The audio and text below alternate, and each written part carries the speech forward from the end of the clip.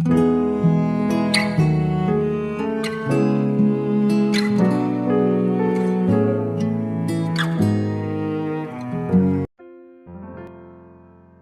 saudara yang dikasihi Tuhan Yesus, selamat malam dan salam sejahtera bagi saudara semua. Saya menyapa bagi saudara yang ada di Indonesia, dari Sabang sampai Merauke, baik yang di kota maupun yang ada di desa, dan saudara semua yang ada di Malaysia, di Kamboja, di Singapura, dan dimanapun saudara berada. Senang sekali kembali menjumpai saudara pada saat ini. Kiranya damai sejahtera dan sukacita daripada Roh Kudus senantiasa melimpah dalam hati dan kehidupan saudara semua. Dan kiranya saudara semua dalam keadaan sehat selalu, puji Tuhan.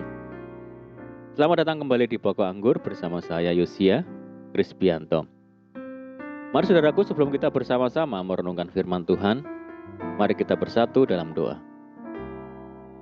Bapa di surga, Bapa yang baik, yang penuh dengan kasih karunia, Bapa yang kami muliakan, di dalam nama Tuhan Yesus, kami mengucap syukur oleh karena pertolongan dan penyertaan Tuhan sepanjang hari ini, sehingga kami boleh dimampukan Tuhan untuk melewati hari ini, melakukan tugas kami, pelayanan kami, tanggung jawab kami, serta aktivitas kami. Itu semua karena berkat pertolongan Tuhan. Dan pada saat ini kami kembali rindu untuk merenungkan firman-Mu. Berbicaralah kepada kami ya Tuhan, urapi kami, jamah hati kami, sehingga kami boleh memahami maksud firman-Mu. Terima kasih ya Tuhan. Kami siap untuk merenungkan firman-Mu, hanya di dalam nama Tuhan Yesus kami berdoa. Amin. Puji nama Tuhan saudara. Baik, kita akan membaca bersama di dalam Ayub 42 ayat yang ke-1. Aku tahu bahwa engkau sanggup melakukan segala sesuatu, dan tidak ada rencanamu yang gagal. Puji Tuhan. Saudaraku, keyakinan Ayub melalui perjalanan hidupnya memberikan pemahaman yang benar kepada dirinya untuk lebih mempercayai setiap rencana Allah atas kehidupan manusia. Nats di atas merupakan bagian dari jawaban Ayub atas tantangan Tuhan yang diberikan kepada Ayub. Melalui nats di atas, kita akan belajar sesuatu yang paling penting berdasarkan perjalanan hidup Ayub, saudara. Yang pertama adalah bahwa Tuhan sanggup melakukan segala sesuatu.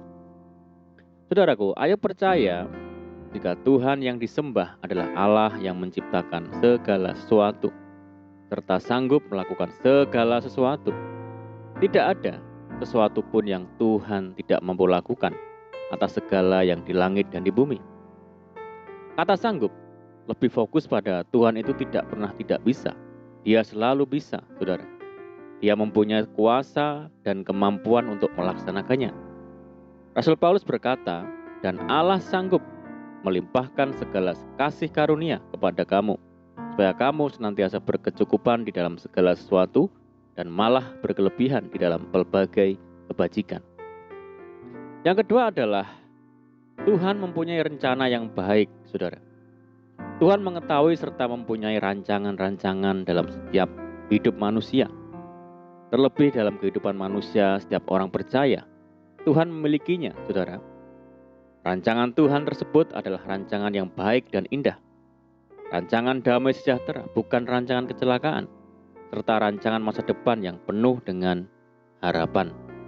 Saudara yang terkasih dalam Tuhan Yesus Kristus, kita patut bersyukur kepada Tuhan yang telah menciptakan segala sesuatu di bumi ini.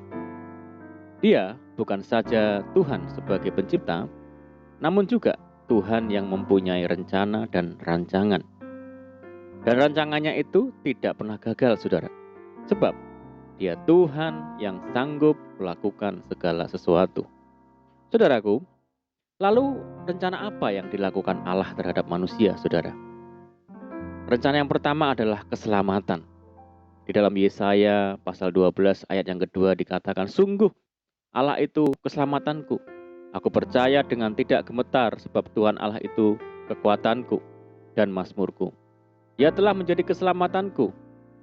Kata keselamatan dapat dipahami keadaan selamat dalam hal ini, dalam suatu kondisi yang selamat baik di dunia maupun di surga.